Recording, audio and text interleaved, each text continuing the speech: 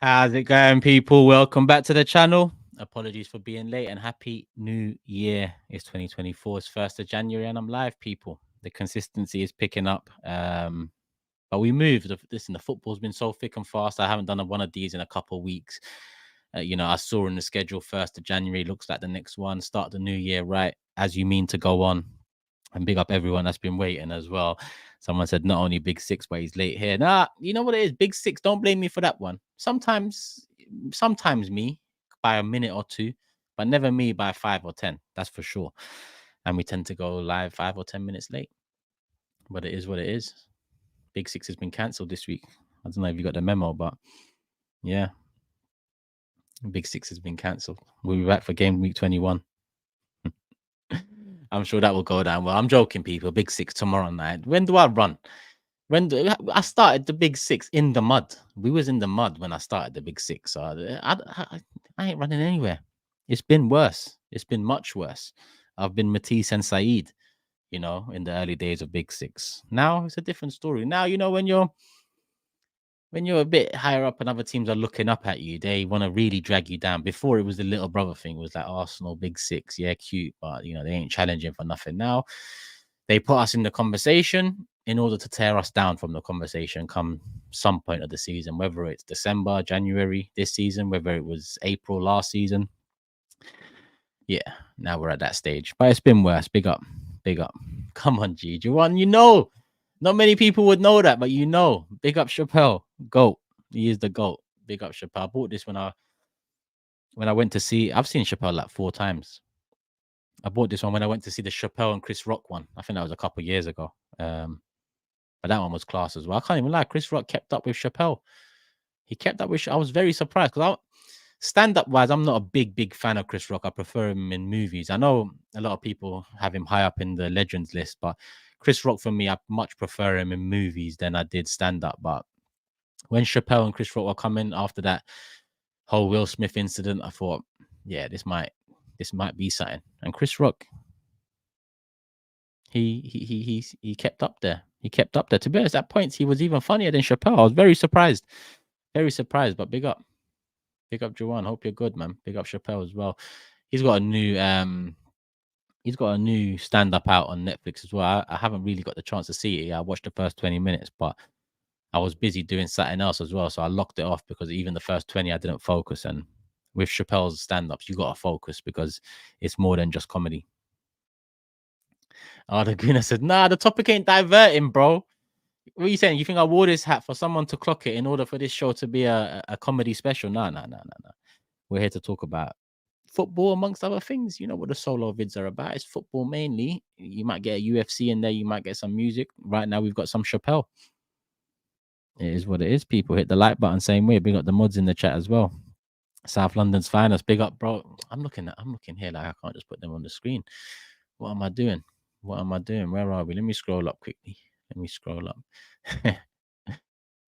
Don Robinho. I don't know how old you are, bro, but Cat Williams is definitely not the GOAT. Cat Williams has got a couple classics. I'll give him that.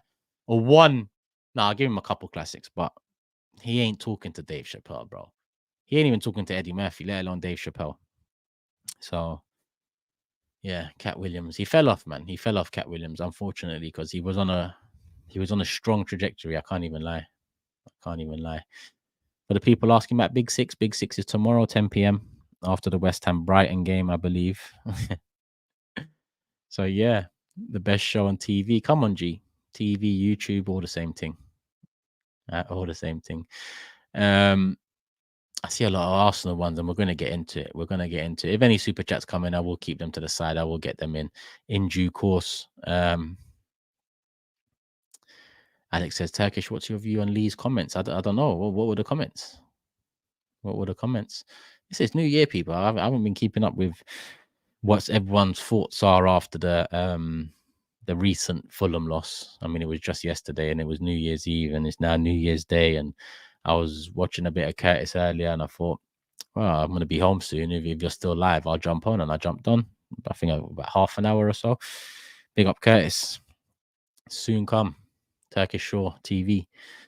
I think that's a good name for the show. We're still deliberating over a name, but Turkish Shore TV sounds... Because Bearman called me Curtis already.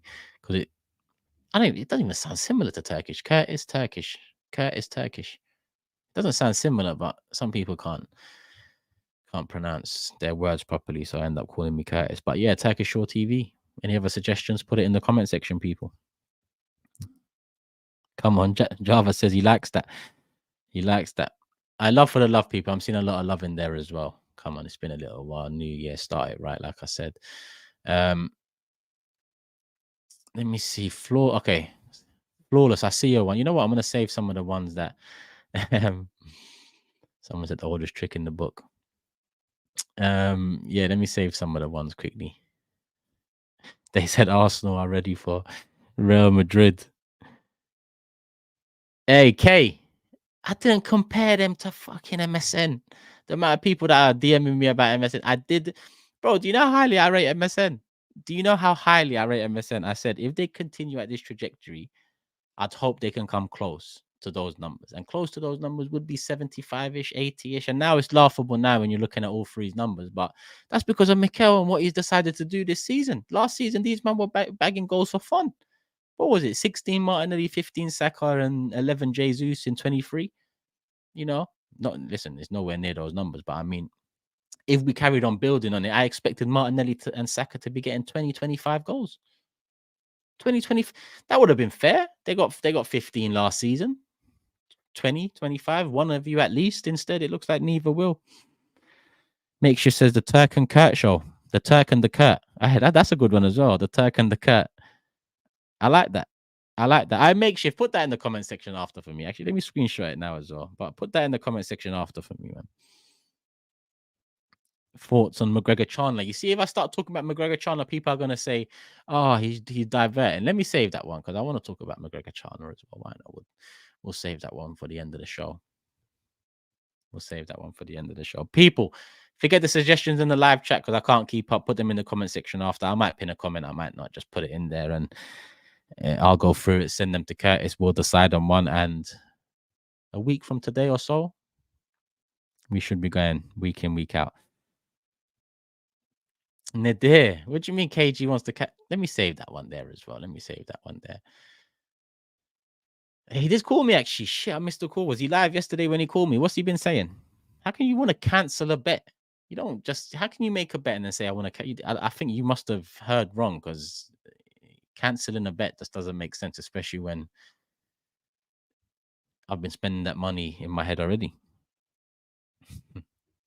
Golden Ellie, we'll put that one there as well. Come on. Big up Alec as well, my guy. He says all the best Turkish. Hope everyone's good though. Family's all well. I should have got that in first and foremost. It is a new year, so hope everyone's starting it right. Not that you need a new year to start anything right. You can start something right on 10th of January or February or March and so on. People just link it and, if it works for you, it works for you. If it doesn't, do your thing. Kurdish London. That sounds more like a name than a show, though. It has got a ring to it, but it sounds more like a name than a show. I don't know, man. Listen, let's park off the suggestions. Let's park off the suggestions for the Curtis show. Man said bring Curtis live. Now we talked. Me and Curtis talked. I mean, he's welcome to come on if he's free, but he was live for 2 hours earlier. So listen, it's New Year's Day. Let him chill and enjoy. If you want to see a bit of me and Curtis, then go over to his channel after. I'm sure a lot of you saw it already. 2-hour stream. It was entertaining. I had it on when I was out, and then when I got in, I jumped on for about half an hour. So as it always is, entertaining with Curtis. Curtis he's a good character. And our thoughts and feelings pretty much align. I'm worried that this show that we're going to do is every week just agreeing with each other and just venting. But I hope we do turn it around. And by turn it around, I mean our form. And it's not so much venting and more vibes. Because, yeah, I started enjoying it from last season. Didn't think would quite fall off so soon. And we haven't quite fallen off so soon. We're on the verge of falling off, though. I won't hide behind that. Yeah, all right, let me get some of these comments in there and then get into some conversations because it's 10 minutes on the clock, 800 people here. And like I said, hit the like button, people. Make sure you're subscribed as well. If you haven't subscribed, 2024, well, road to 90K, I guess, but really it's road to 100K. the road is to 100K. So subscribe, people. Put a notification bell on. Tell a friend to tell a friend I'm back. And the shows will be coming back too. Let me go and park off what I parked off. Big up Turkish says flawless. Always watching. Can we have it right? Martinelli is the unjuiced Adama Traore. Gets the ball, runs, and then does bugger all with it. I've not been a fan for years, not recency. Well, I have been a fan for years. Big up first and foremost for being a supporter of the channel, the show, or things I do. Love that, and it's always love for the love. Really appreciate it. But as you know, if you've watched me, Martinelli's been probably my favorite of the front three over the years, and the one that I said had the highest ceiling. Now, this season it hasn't been good reading, and by good reading I mean good watching. We're seeing him run down dead alleys. We're seeing. Listen, last season, even though he got so many goals, surprisingly in the league, I think one of the concerns was improvement in the final third. You know, his efficiency, and I think that's actually got worse this year. Or, and I think I lean more towards this actually. The fact that we're not that same free flowing, exciting team means that his inefficiencies in the final third are highlighted more. Would I be right to say that? When you're working the ball into, listen, Martinez's the type of player that wants to get the ball and run into space. Yeah. The way we're playing this season, we don't do that. You know, if there's space to be played into, we'll reset. We'll reset. And then we'll face up against the low block more often than not, even though it's our own doing that's caused that, because we tend to reset rather than play through the lines, you know, at a quicker pace and get Saka and Martinelli, the wingers, on their toes. So I think that's played a part. But I think if we talk about Saka and Jesus as well, equally they've been as poor. I just think Saka's numbers have kind of, you know, masked over his all-round performances, which, listen, I don't mind. You know, Saka's been the best of the three because at least he's given us numbers. But in terms of 90-minute performances, I think between the three of them, we might not even have one this season in terms of, you know, he really took that game by the scruff of the neck, and you know, that one's on him. So I think it's a bigger problem. It's a bigger issue. I agree with you on Martinelli being poor this season. But I guess you'd have to agree with me that Saka and Jesus and Odegaard have been poor this season. So why is that?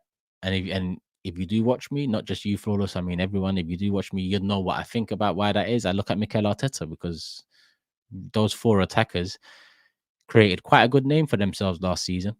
There was a lot of worry going into this season from opposition fans that Arsenal might be ready to really challenge and go over the line and win something major. Those four had a big part to play in that last season. Well, we scored the most goals in the Premier League history for us. Was it 88? I can't remember off the top of my head, but it's one of, if not the. So why have all four dropped off? I lean away from conversating about each individual one, and more so prefer the conversation around Mikel and what he has to do to unlock them again, because it is them. It's not Martinelli. It's not Saka. It's not Odegaard. It's not Jesus. It's them. Them as a unit. They as a unit. All four of them are not the same players they was last season, and a lot of that comes down to the space that we're working with. I won't even call it confidence, but confidence does come into it in terms of when you're playing that free flowing style, and you know you're more confident to make that pass quicker. You know, whether it be Odegaard, whether it be Jesus who drops into link up, whether it be Saka, Martinelli, you're more confident to make that pass quicker because generally, you know, you're going to have runners. The space is where you need to hit, and you know it's a bit of give and take. With this whole control situation, I'm seeing Rice win the ball back, or Havertz, or whoever wins the ball back in the central area, and instead of going forward, we tend to kind of either go out wide defensively or back to the keeper, or back to the centre backs, and then what's these things popping up, man? Don't even get me started on this. How do you turn this off? Because at first it was actually, how are you going to give me a thumbs up? We've just lost 2 games in a row, and this thing's putting thumbs up on the screen. I don't condone. But yeah, I think all in all, a bit of it is confidence, and a lot of it is Mikel Arteta and what he wants and what his vision is for football that's going to win the league.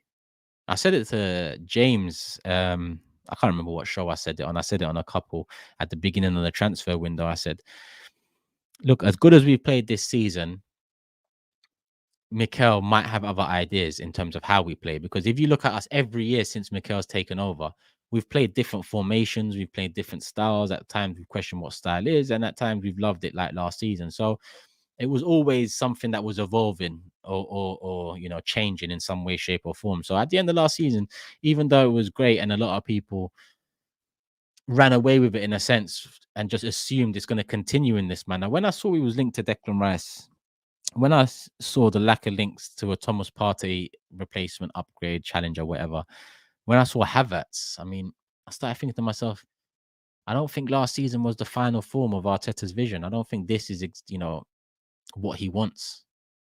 And lo and behold, this year we seek control. And at the beginning of this season, because a lot of people like to come and tell me when I'm wrong and when I have, bad takes and whatnot. But this season throughout, I've said fluidity is a concern. Our chemistry seems to not be at the level it was last season, which is strange considering the attacking four haven't changed.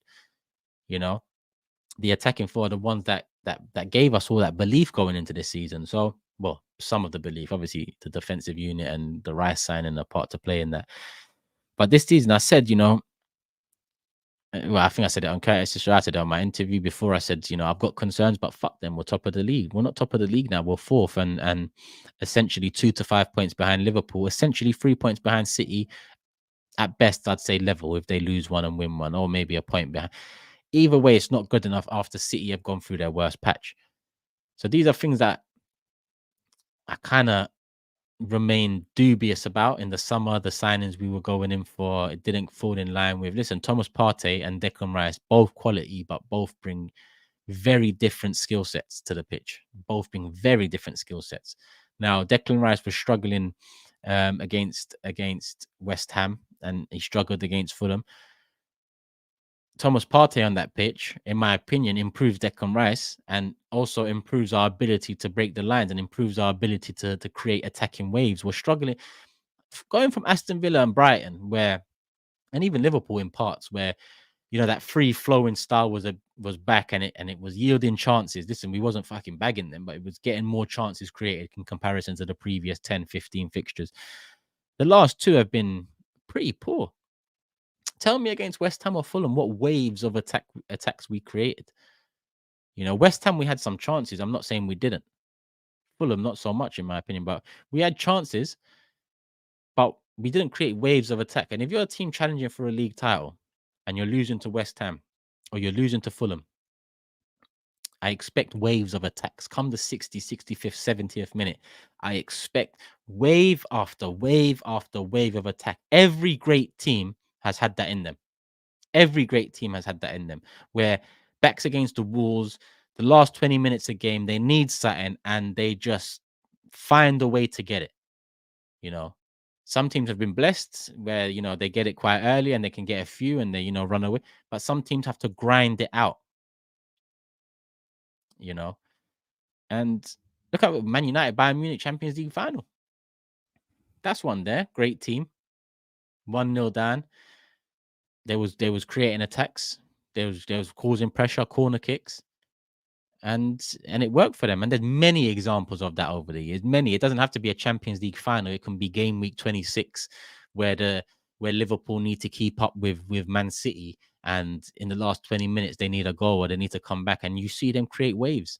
We are not doing that. So this whole new controlling thing, it seems like we go down and we're still trying to control the game. Fuck the control.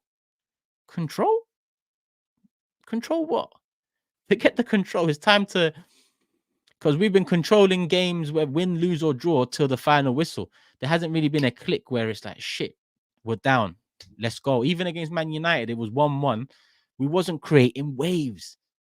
We wasn't creating problems for United. In the end, we got the goals, but it wasn't because of pressure that we got the goals. It was because we scored it was a goal. I mean, a corner kick came in, Declan Rice. We've been there. We've seen it all. So this whole control thing for me, I mean, and to be honest, it didn't come out the manager's mouth. It's come out of the positivity merchants and the people that think you cannot question anything or you are negative and you are dragging down the club and you should support someone else. It's been them that's saying it.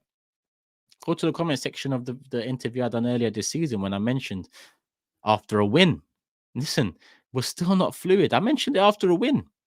We're still not fluid. I mean, we're winning games, but there is a concern there. Either this clicks and we kick on, and I'm just like, round of applause. Or it doesn't kick on, it becomes an issue, and I'm like, well, it's an issue you must fix. And that's what it looks like is happening right now. Because honestly, I don't see this. I don't see this style being enough to make up for what we've lost out on in the first 20 games. And I feel like we have lost out. I mean, look, Fulham have taken what, 4 points off us out of 6. Tottenham have taken 2 points off us at the Emirates. Aston Villa, Newcastle, both games we won away from home last year. We've lost them this year. Yes, I know City, we beat them. I know Everton away, we beat them. So there is other fixtures where you can form another argument. But listen, there's no argument when I say less points, less goals scored, more goals conceded. From there's no argument that this is not the same as last season, and there is a problem there.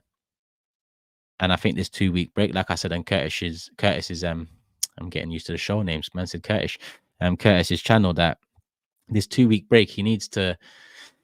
It's key. Either he doubles down on what he's trying to do, and we come back and we deliver it in a better way, and we're like, okay. Or he doubles down on what he's trying to do, and we come back and it's the same old, boring football, tight games, control until there is no control, but still try control, because control wins you games and field tilt wins you games, and XG, XA, X headed duels, aerial, whatever.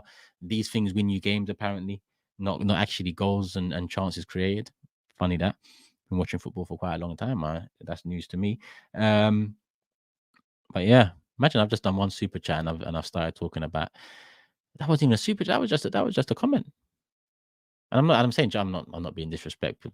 I get comments in, I get super chats in, but at the same time, at this rate, I'll be live for 3 hours. Forget Curtis's 2 if I continue, going in on each comment like this. But I have got some super chats in there, so I do want to balance it all because I don't want to miss out. And then I've got some normal comments pinned as well, so I can get through them all. Oh shit, there's 1.2k in the building. Big up, big numbers as well, because I haven't really got back into consistency on this channel. So love for the love, people. I will be consistent. 2024, Turkish is back right here. I say back, I'm everywhere, but I'm here as well. This year. Okay, this field tilt. Let me not even get into field tilt, man. Because some people will get upset. Like, I know some people like field tilt, but brother, you know what? I need someone to mention field tilt to Roy Keane. Because I feel like Roy Keane is me in the punditry scene, like the professional, I love, I've said it for years. I loved Roy Keane years ago when people were hating him as a pundit. I said, this guy is the realest pundit. He might be wrong sometimes, but he loves United. And what he says about United, it comes from the heart. He might be wrong sometimes, but he's real. And he's remained real about everything else. I want to see what Roy Keane thinks about field tilt.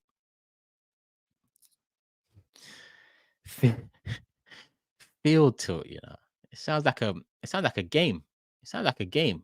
Like, Mr. Turkish, what's your realistic expectations for the season? Also, what would be a realistic January signings? Love your insight and unbiasedness. Love, come on, Adam.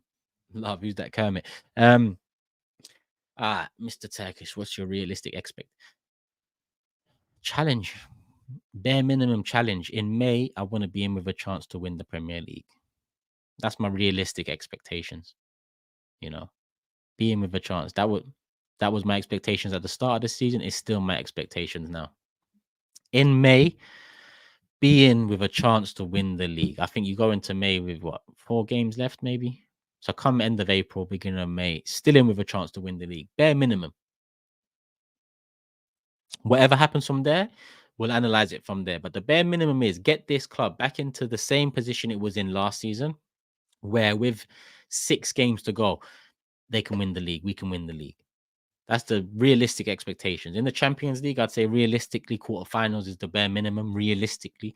And when you see Porto, I mean, dare I say, semi-finals, but obviously all determines on the luck of the draw who you get in the quarter. So bare minimum quarters, but at the same time, don't be bending over in the quarters and expecting me to be like, well, that expectation is, we hit it. No, try, challenge, compete. Even if we do get a Real Madrid or whoever in the quarterfinals, listen, as peak as it would be, go out there and at least give them and everyone something to think about moving forward. Where it's like, all right, Real Madrid got the better of them, but Arsenal put up a fight for it at the very least. So minimum expectations can't just be first in the league, final of the Champions League, or there is other things behind it, because you can do these things in very different ways. So that would be bare minimum expectations. FA Cup as well. I mean, I expect to beat Liverpool. Okay, let me mind my wording. Where Liverpool were going into this season and where Arsenal were going into the season, I'd expect Arsenal to beat Liverpool at home in the FA Cup. Where Arsenal are going into this game, where Liverpool are going into this game, I can't expect that. I hope that makes sense. Because the reason I say what I've expected at the beginning of the season is because I like to go back to my thoughts and feelings and opinions at the start of the season before it gets swayed by anything. So that is the base level that I can look back on and say, well, that's what I thought then, regardless of what's happened in the season. That's what I thought then. So why has it changed if it has changed? And the why has it changed in this scenario is because Arsenal haven't, kicked on, in my opinion, in the first half of the season, and Liverpool have surprised most in the first half of the season. By surprised most, I'm not saying they've, killed it. What I'm saying is they've lost one game in in clouded circumstances, to say the least, at Tottenham, and with that whole PJ. I mean, we think we get hard done by. We think we have been, but so has everyone. And Liverpool in that moment is probably the worst one I've ever seen. So, Liverpool going into this game seem to be the stronger mentally of the two, and they have the bigger players, the better experience. So, judging by what I expected at the start of the season, I would have expected to beat Liverpool at the Emirates. And this Sunday, I'm not as confident, but I will still refer back to the start of the season, because you know what's funny? Let me tell you what's funny. So you see, last season I predicted fourth for Arsenal at the beginning of the season. I predicted fourth. And then as the season goes on, I mean, we win the first 5, we lose to United, we win the next whatever. It's like 15 wins, 1 loss, or something along those lines. 1 draw, maybe, I forgot. And at this point, I'm quite grounded, because it's still only 5 points to City, and I know what City are about. City can flip it at any single time. So I thought to myself, let's just ride the wave. Let's see where this goes. Come April, if we're still there, then yeah, we can truly believe. But come May, we all saw what happened. But come April, we was there, right? We was there. So we had a chance and we fucked it. Yeah, we had a chance and we fucked it. I was vexed. I was frustrated. I was, as we all were, to some way, shape, or form. I say all, you still got the positivity merchant that we enjoyed the season. It was the best season we've seen in a long time. Like, we love the players. They're so young. Forget them. I'm not talking about them. They're tapped. But most of them, in fact, would turn around to me and say, what was your expectations at the start of the season? It's not fair that you change your expectations midway through the season, and now you're holding the manager accountable to something that he's overachieved in to deliver. And I think to myself, you make a fair point, but football changes, the landscape changes. But I guess you make a fair point in one sense, but in another sense, is quite nonsense. Now, talk to me now. Those same people talk to us now who think like that. Because if I go back to the start of the season and I start judging by expectations, then furious right now, furious, and we should beat Liverpool and we should go through. So if we don't do that, then imagine, off the back of 2 losses to Fulham and West Ham, and then going out the FA Cup to Liverpool at the Emirates. If I go back to my expectations at the start, furious. So in this scenario, it doesn't work for these, positivity, all things are rainbow merchants. It doesn't work for them. So that's what's interesting. But again, I've gone off on a tangent. This is what these shows are about. 1.3K here. Hit the like button. What will be a realistic January signing? I don't think there is one. If I'm honest, I don't think the club will do what they need to do in order to make someone that I'd like realistic.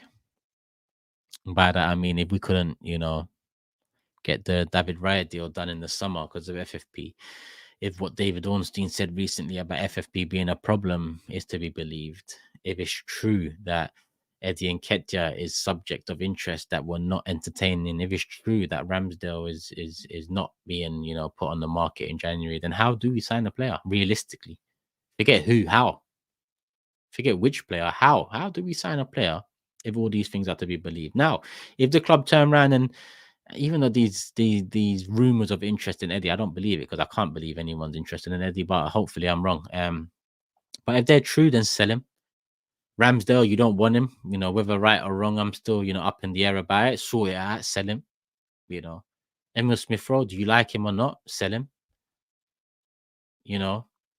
So I think if we were to do what we could do in the outgoing department, which again would be difficult because do you get top value, top dollar for these players in January? Very, very difficult. I'd probably expect more loans with a couple of them than full player sales. Tony at 100 million is not realistic. I think Tony at 70 million is still overpriced, but for where we are and what we want to do, and I've always said it, I'd rather you take the risk and fail than not take the risk at all. If we signed Ivan Tony, who is someone that I'm not really after, I don't really care too much. I like him. He's better than Eddie, that's for sure. And he's different to Jesus. He's not a gunman, in my opinion, but he's different. Will pose different threats.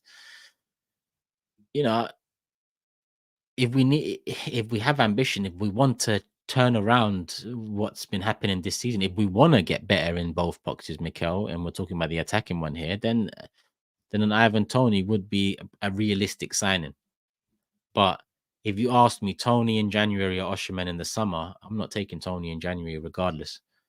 Because I don't think Tony is a defining factor between us winning the league or not. He can be, but we could also get him not win the league, finish third, and then in the summer we haven't got the resources for Osimhen. And then what does that do for our next season? So at this moment in time, I don't know what a realistic signing is, but I'd take Tony for 50 to 70 max. And as long as that doesn't impact our summer business, yeah, that because really, if it doesn't impact our summer business and we could still go get Osimhen or whatever striker, I mean, just a striker for fuck's sake, then having Jesus, Tony, and a proper out and out striker is a good bunch to have because Jesus can be deployed on the wings, and then you kind of left with Tony and this gunman or whoever you've decided to get in. I actually I see Guirassy being mentioned a lot. Guirassy worries me because he's been dead, and then all of a sudden he just shot up out of nowhere. And what is he like, 26? That's what worries me about him. Is he just in the perfect surroundings? Because he hasn't shown anything similar to what he's showing this season previously. Nothing similar. Interesting option depending on price. I like Openda, even though Openda's signed for RB this summer. I like him a lot. I think in front of goal, he's cold. The way he finishes in front of goal, like one look, have a look at Openda, people. The way he go check the Man City one at the Man City game. In front of goal, he's just disgusting, cold-blooded. Go watch him and think, can Jesus or Eddie do finish the way he finishes in front of goal? Even just that Man City game. I've seen more of him than just that Man City game. But in front of goal, he's just Goldtinelli said short. Well, I think he is quite short, but I don't. Well, does that matter? Again, it comes down to the style of play. Openda in this team, probably doesn't do as well as he would in last year's Arsenal team. But then no one is, so I guess that's not the metric to use. A few people mentioning, yeah, decent. Rapid, he's rapid, yeah, 100%. Santi Jimenez, that's another name that people are mentioning. Vlahovic, I know he got a nice little assist recently. The Henge said Tony a short term. The thing about saying short term is the way money's sounding at Arsenal Football Club right now in terms of being tight. Is 70 million short term? I don't think so. And at his age, I don't think there's much resale value on that. So it's a bit difficult. Yeah, only 6 months at RB. So 100%. 100%. It's a bit of a difficult one. But Adam, love for the super chat. What's there to say? Says Arteta has that clueless face you want to punch when you make glaring errors. I think Arteta in that game in the second half, at times, I haven't seen Arteta like that, where he's kind of, even the actions he's doing, which is all, like all of this, even like I'm looking at, like, he doesn't, there's no chest behind it. He looks succumb to defeat and not really knowing how to change this game around. But this is part and parcel of being a top manager. The pressure comes with it. And listen, on one hand, it's credit to you for bringing us back to the highest level and trying to compete for major honors again. On the other hand, you brought us there. You've got to live with the standards that come with it and the expectations. And I'm sure he knows that. I'm sure he knows that. I'm sure he'd say that himself before the positivity merchants come and turn around and get on my back about it. Big up Philippe. Hope you're good, my brother. Big up Turkish, my bro. Hope the family is well. Excited for 2024. Arteta has overthought everything. Now you're slower, more predictable. Title dream over. I mean, it does feel like that. I'll be honest. People will call it overreactionary. People will call it flip flopping. And I don't really care. I just feel like sitting here now after losing to Fulham and West Ham in the way and manner we have, and having 1 win in 5, I believe it's 6 if you include PSV as well. 1 win in 5, 6, and looking at City going through their poorest patch, but still being level or just above us. None of these things bode well. And like I said at the beginning of the season, and I reiterated it over and over again, I've never seen no one catch City. I've never seen no one. Liverpool came close that year, but they never in the end got over the line. I've never seen no one catch City and take a league title. I've seen one team run away with it because City didn't start the season well. One team, and that's Liverpool. So I think a lot of my belief came from initially hoping that Arsenal can run away, with amongst this poor patch that Man City are in, and then realizing that we haven't, and in fact, we've gone backwards to the point where the advantage is in City's hands after 1 win in 5, 6 themselves. So for me, yeah, I can't see it. I can't see it this season, if I'm honest.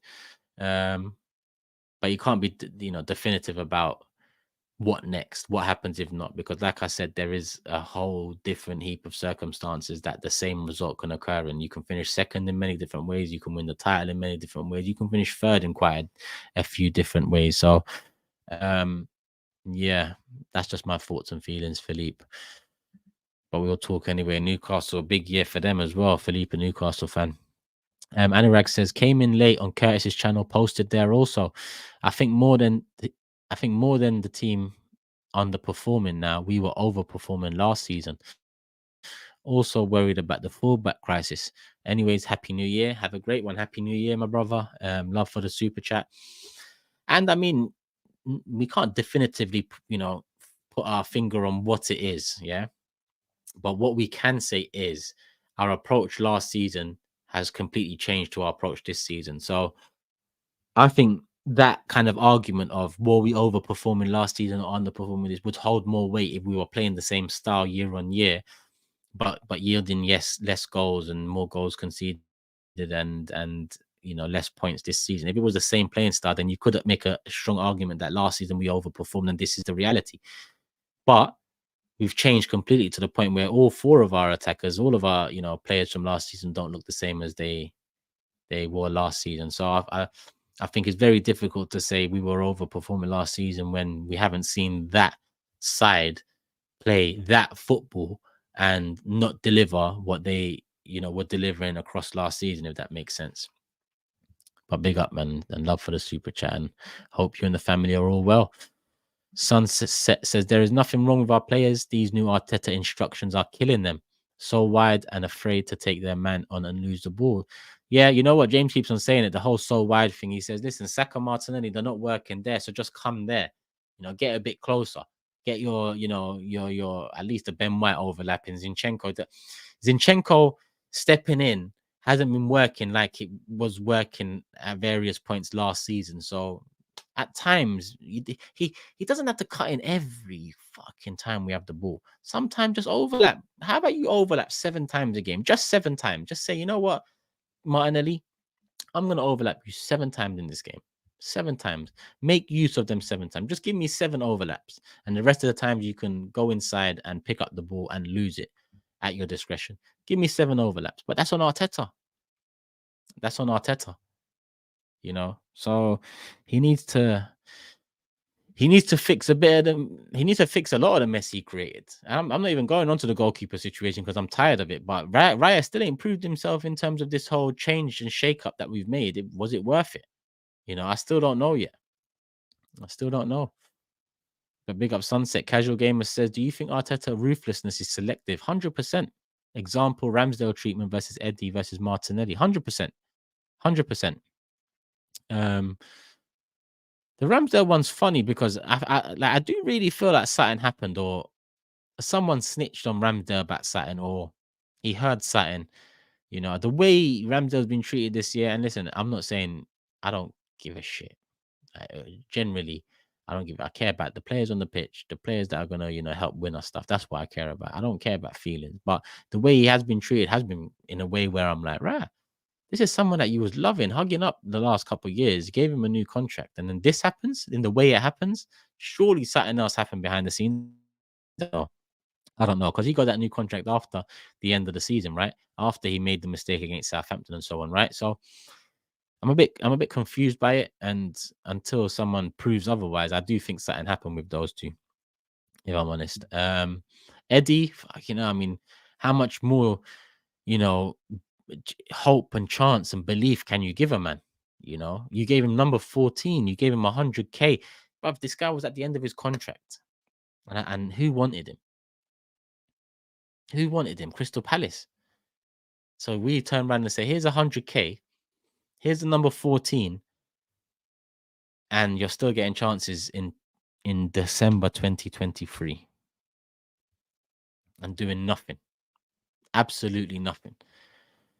Martinelli, I mean, Martinelli's always the one subbed, even though him and Saka are, tend to be poor. Even last season, at times, it tended to be Martinelli. I mean, Arteta has definitely got selective ruthlessness, 100%. I'm not saying that's the wrong approach, because it's wrong when we're looking at these players in particular. But in general, you've got to manage different people in different ways, different positions in different ways. So I get all of that. But when the selective ruthlessness is so imbalanced, completely like bemusing, when you actually compare players, what they're bringing and what they're getting, and the chance, it's crazy. So I'm not completely against the idea of, man managing people and positions in different ways, because you have to. You might have to be ruthless in the goalkeeping position because of what you really believe in your head. But in terms of the striker one, I don't know. In terms of the striker one, again, it's in his head. I don't know, man. I don't know. Rob Holding was another one that cost him at the end of last season. That's why I've had enough now. El Nene shouldn't. As a person, I like El Nene. As a player, I think he's all right as well. 7 million. He's coming and giving us 7 million and more worth of performances. I mean, I didn't expect him to come in and be Zidane. I expected him to come in for 7 million and do a job when called upon, and he's done a job more often than not. But he shouldn't be at the club. We gave him a year contract last year, and Arsenal fans were telling me we gave him that year contract because he's got a big injury and he's going to miss the whole of next season. No, where the fuck did you get that? I believed it. I'm like, fucking hell, that's quite nice from the club then. No, he's, hopefully he's on low wages so it doesn't affect us. But all right, cool. The guy has been back. He's been back. And we gave him a year on top of keeping Jorginho El Nene. Come on. It's crazy. It's absolutely crazy. Faza says, Turkish, most fans are going over the top, and this feeds into the players. We have key players to come back. Partey, Timber, plus January window. Calma. Faza, I'll be honest with you. And you've kept it respectful, so I'm going to keep it respectful, because I'm not saying comments wrong, but a lot of people say what you say in derogatory ways and ways where they want to attack or abuse, man. With all due respect, I hope the players do hear what we're saying. And and by that, I mean, I don't mean anything over the top. I don't mean anything personal. I mean, when we're talking about the club, I mean, this stream, for example, I mean, I don't think I've said anything that if a player was watching it, they'd, go cry to their mum, or get their dad to come on radio or some shit. I don't. I think. I think criticism, it can be the best form of feedback. I think it can also be one of the best form of motivation. You know, I think it can help in many ways. It obviously determines depends on the character you are. If you're someone that like will read the comments saying, "This guy can't fucking lead the line for us," you get different types of character. You might get a character that's like,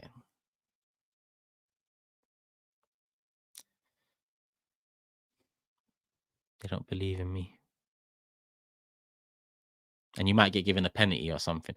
Or you might get a character that looks at it and be like, "Who the fuck is this guy telling me I can't lead the line? Watch me lead the line. Go out there, bag two, and come back and piss on the guy."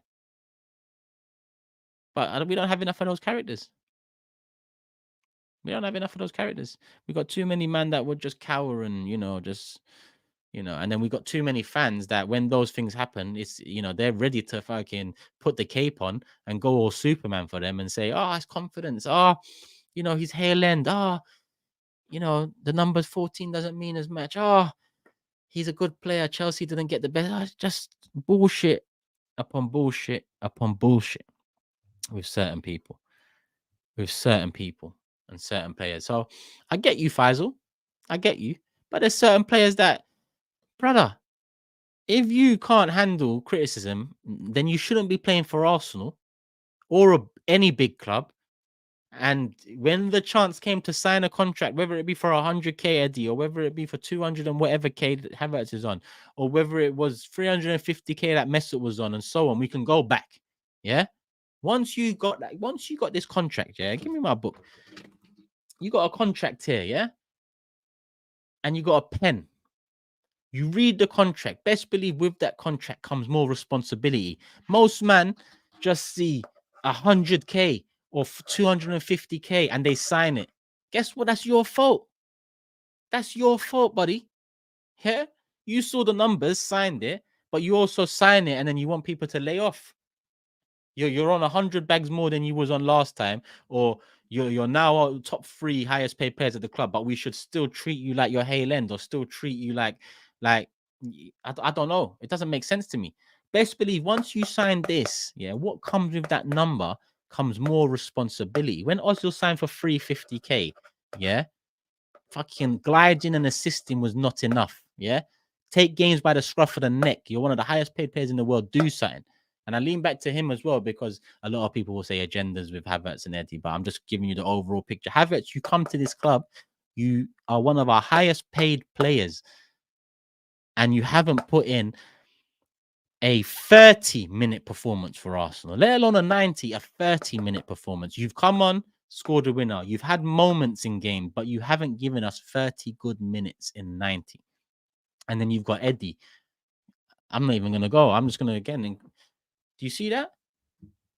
What name's above that 14 there? Don't piss me off. Again, thumbs up. This MacBook thing needs to stop, man. It needs to stop, because thumbs up is not what should be happening right now. It should not be happening right now. Faz, you might think I've lost it. Now, I haven't lost it. I'm calm. I'm just frustrated.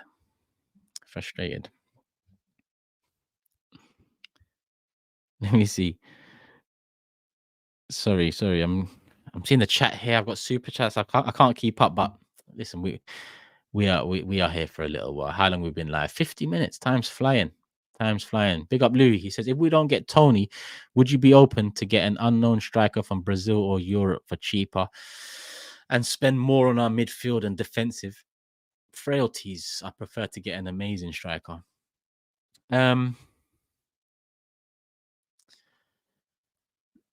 Short answer, no. Louis, I'm tired of this unknown stuff, if I'm honest with you. Like, we've done enough of that over the last 15, 20 years. Where the fuck does Shamak come from, for goodness sake? We've done enough of that. We've done more than enough of that. Honestly, I think Arteta's helped raise the standards. The club have assisted in raising the standards, and now the standards have been raised. You must adhere to the standards that we are currently at. And by that I mean go for Osimhen. By that I mean go for Mbappe. Laughable, yes. Go, try. Who knows? Who knows? Who knows? Go for the top players now. Go for the top players now. Didn't move into the Emirates 20 years later to be going for unknowns and hoping for the best. You know, I know modern day football is not always about top players, but I think what this Arsenal side is missing, and one came in Declan Rice, but I think what this Arsenal side missing in attack is a top player, in my opinion. I wanted Serge Gnabry a few years ago, and Arsenal fans were on my back about it, saying, "Why him? Why are you crazy?" But that guy comes with a hell of a lot of experience at the highest level. And I'm sure we could do with him now when our forward line is acting like this. Not only in terms of quality, but I mean in terms of experience as well. But our own fans were getting on saying, "Oh, he's going to take minutes away from Saka. He's going to." So don't get it. Too many people want to be dads and mums to these players. Go have children. I beg you, go have children. Go find yourself a partner, or go find yourself treatment, and have kids, because these players are not your kids. They've got mums. They've got dads. Yeah, they're not up for adoption. Just stop protecting them like you gave birth to them, or you had. Anyway, have I answered the question even? I think I've answered the question. It's time to go big. That's my answer. Marley says, positivity merchants made me believe players will return, but this style felt off from the start. It's deeper than new signings right now. Bless all. Marley, I get you though. I get you, because when I was moaning about the fluidity and the chemistry and stuff, and people were saying, listen, we're top, we control more games. Like, have you seen our field tilt? Listen, I've said maybe I'm a dinosaur before. I don't really care if I am or I'm not. Who gives a shit, you know? So I just thought to myself, maybe all this algebra means something. Maybe the field tilt percentage and xg square root of y xa plus aerial joules equals titles. Maybe, I don't know. We're first. So who am I? I'm just looking at the football. I don't enjoy it too much, but I don't need to enjoy it if we win majors. So if the maths and the algebra is telling me we're gonna win something, then I'll close my eyes, because I don't need my if you guarantee me that, forget what my eyes see. Yeah. But I don't see guarantees. I don't see it happening. So all of this square root, Pythagoras theorem, 3.14 times XA plus XG plus Kai Havertz aerial dual winning abilities plus 14 off the bench after 73 minutes and 26 seconds means that in May, our field tilt will be 90%. But what does that mean? Does that mean we fucking win the league or not? Someone tell me this, because I don't care about all these things. I really don't. I really, really don't. But yeah, love Marley. Love for everyone sending super chats as well, by the way. Apologies if I haven't shown love, but yeah, there's still a fair few, and I'm gonna get them in.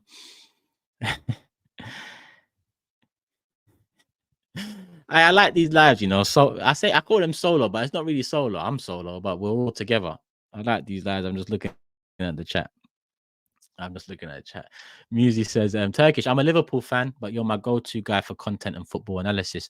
Hoping for a great year for you in 2024 from the USA. Musi, love for the love. I really appreciate that, Like, same way I appreciate love from Arsenal fans, I appreciate love from opposition fans too. I mean, the Big Six, kicked off, and I moved it over to the Big Six channel, or we've moved it over to the Big Six channel. And it's about getting this channel back up. But best believe, Musi, it's not just going to be Arsenal stuff on this channel. It will be, other clubs involved and other content creators involved and other sports involved too, and other topics in general. But big up, I really appreciate that, man. It does mean a lot.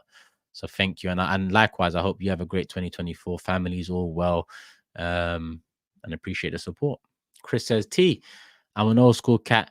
Always loved your real talk through the Arsenal highs and lows. Let's call it how it is. No way we're having a title run with this manager. He's as predictable as the weather, death, taxes. Love for the love. You know what's funny though, Chris? And Chris, you're big up. You're old school. You're saying you're old school. I remember your name from 3-4 years ago on this channel.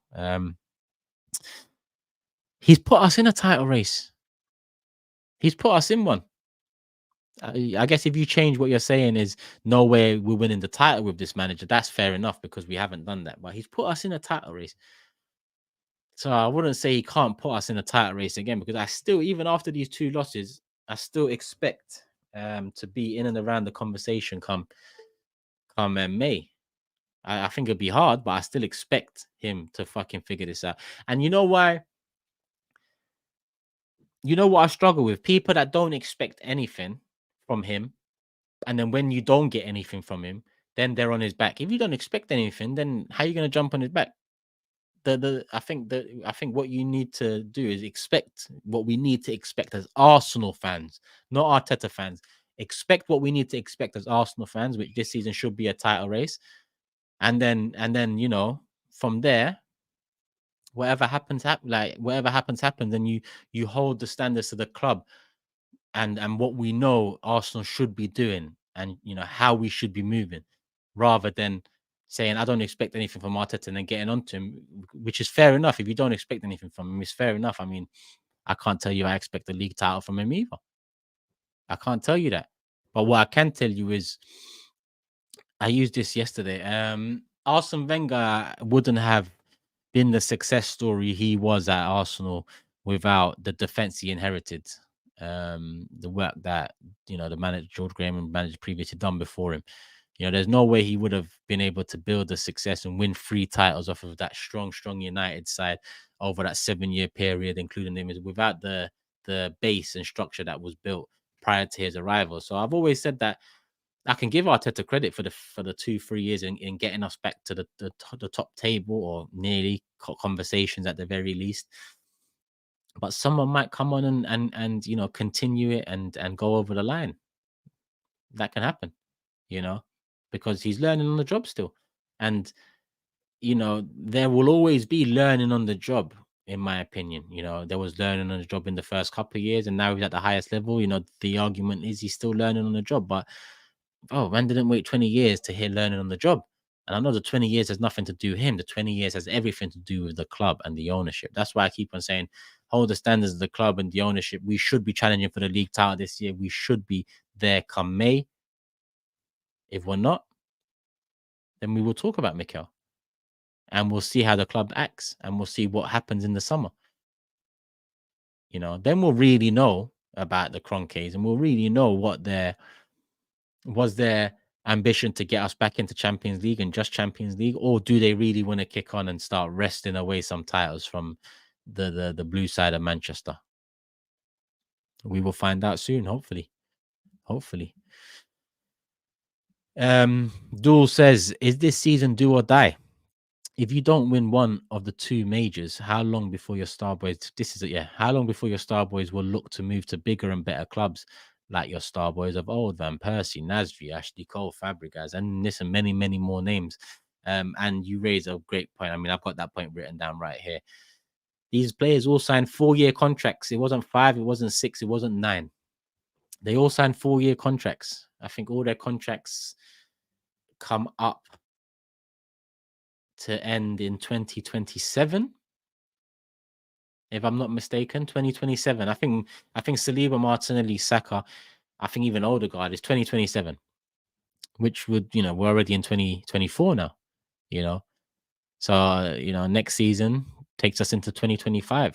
2025 means it's going to be 2 years left in these contracts, which means you start negotiation now. And if you're not starting negotiation, having won major honors previously in the last 2 years, if you're not starting negotiations, having kicked on and really, taking all this hope and belief and potential and ceiling to the next level, then those negotiations are going to be tough. In my opinion, those negotiations get put on hold by the player side, and we get into 2026.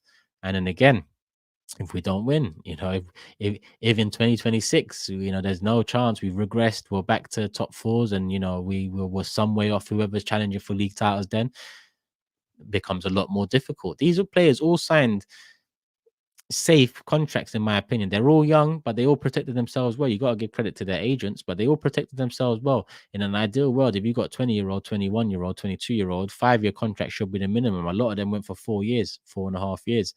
Why is that? It's no coincidence, because a lot of them are getting paid healthy healthy figures that at this moment in time, if we was to go readdress how much you should be on, I don't even think you have an argument to be earning that Martinelli, earning that Saka, earning that Jesus, earning that Odegaard, you know.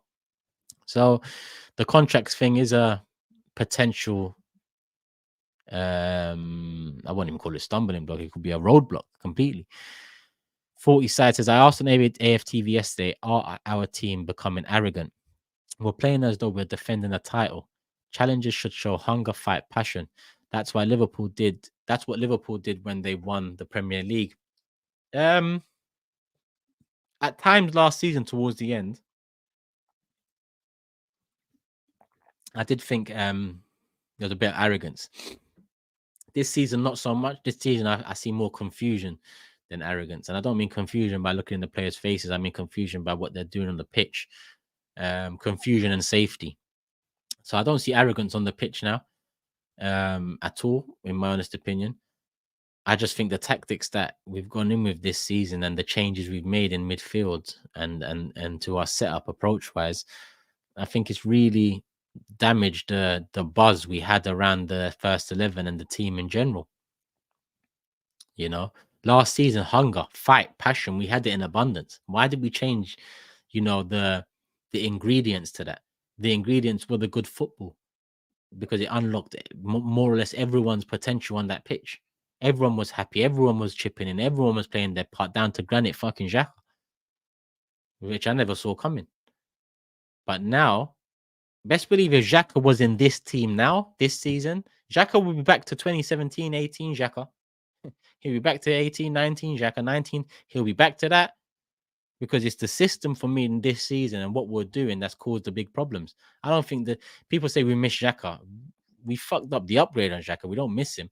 We fucked up the upgrade on Xhaka. That's what makes us, feel like Xhaka being here would still help. It wouldn't, because the tactics, trust me, would even bring Xhaka back to the Xhaka that I knew anyway. So yeah, I mean, I have to disagree there, 40, but big up another long time subscriber. F94 says Antonio and FF mentioned Arsenal players were talking about City. Yeah, I remember that City's form just before the 3-3. I'm about 80% sure it was Ramsdale. That and other things. I think Arteta thinks he talks too much, hence Raya. But when did we give him the contract then? Because again, if it was that, then why did we give him the contract? And if it was that, then why didn't we actively seek to move him on? I feel that rioting came quite late in the transfer window. So maybe something happened in pre-season. Maybe something happened. I don't know. Maybe something happened during the transfer window. Because if it was the end of the season, then I would have expected it to be sorted come the summer, not going into the next season with more questions than answers. But big up for the super chat. Another one here from Gold to Nelly.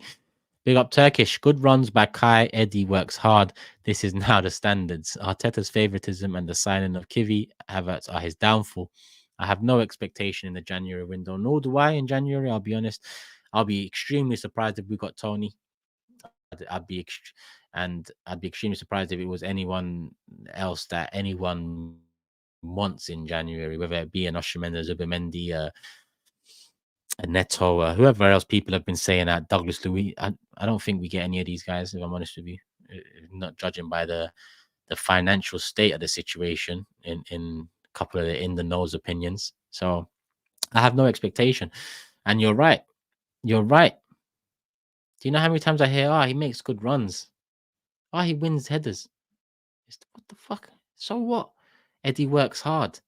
Brother, Crouch used to win headers and, Emil Heskey used to win headers, and these men used to get ripped to the standards that strikers were meant to be. And these men, compared to Kai, these men are held in higher regard in football. I'll tell you that. Nowadays, people will get Crouch and Heskey and be like, key piece into a title winning side, and they can win headers. And Eddie works hard. I mean, give me a player that just used to run around a lot back in the day. I can't even think. But working hard and making runs is football 101. If you don't know how to make runs and you don't want to work hard naturally, then you're finished. Well, you should be finished.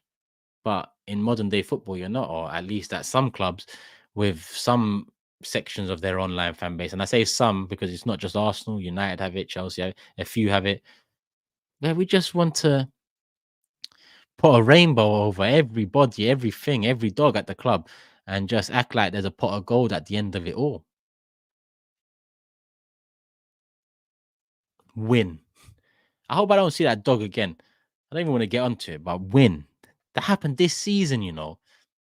This season. And then we get comments. Faisal, remember your comment, Faisal? Big up as well, Golden Eddie, for the super chat. Remember your comment, Faisal, about getting to players and whatnot. What about win? What about the dog win? That gets to me. Does couldn't that get to the players? Shit. They've brought a dog around here and they've called it win. The pressure is on. Can it not get to the players? And they're promoting it like it's fucking, I don't know, like it's the royal family's dog or something. Even that, who gives a shit about the royal family? I'm just trying to, what dog? I don't know. They're promoting it like it's Scooby Doo. Trying to think of a famous dog.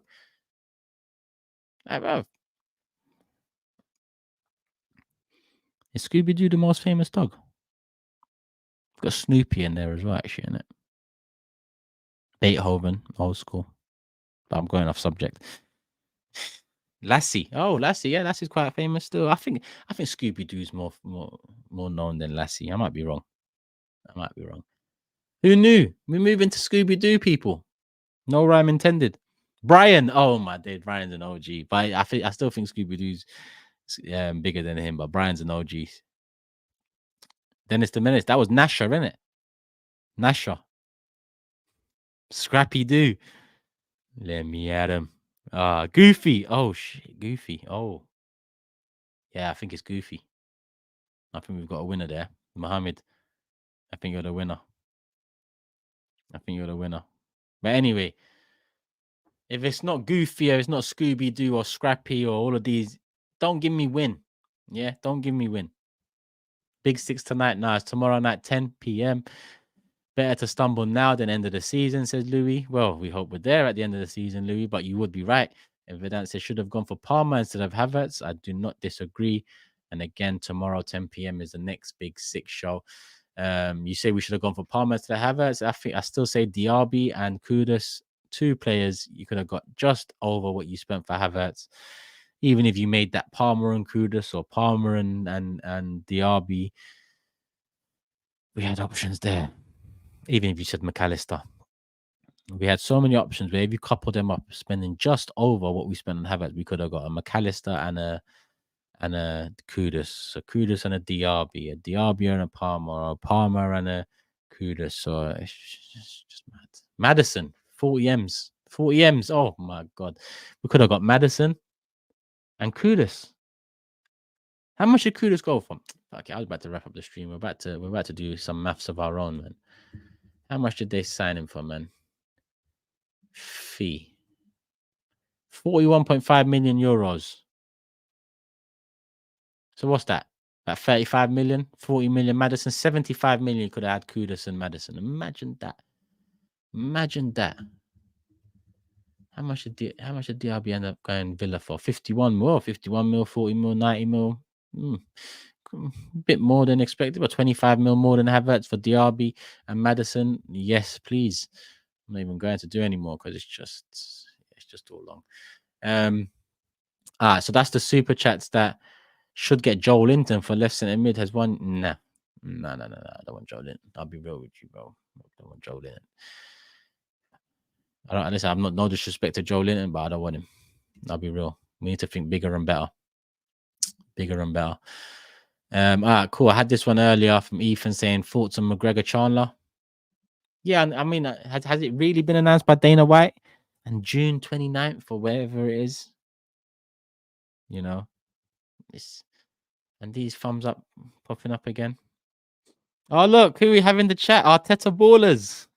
And he says, the Turkish hindsight show begins. Get your flip-flops on. You see, Arteta Ballers is a funny guy because He is exactly the type of toxic positivity merchants that, he can't hear one, iota of criticism, or he sends in super chats. He gets his mum's credit card and he starts going mad until his mum gives him a backhand in the back of the head because he's wasting so much of her money.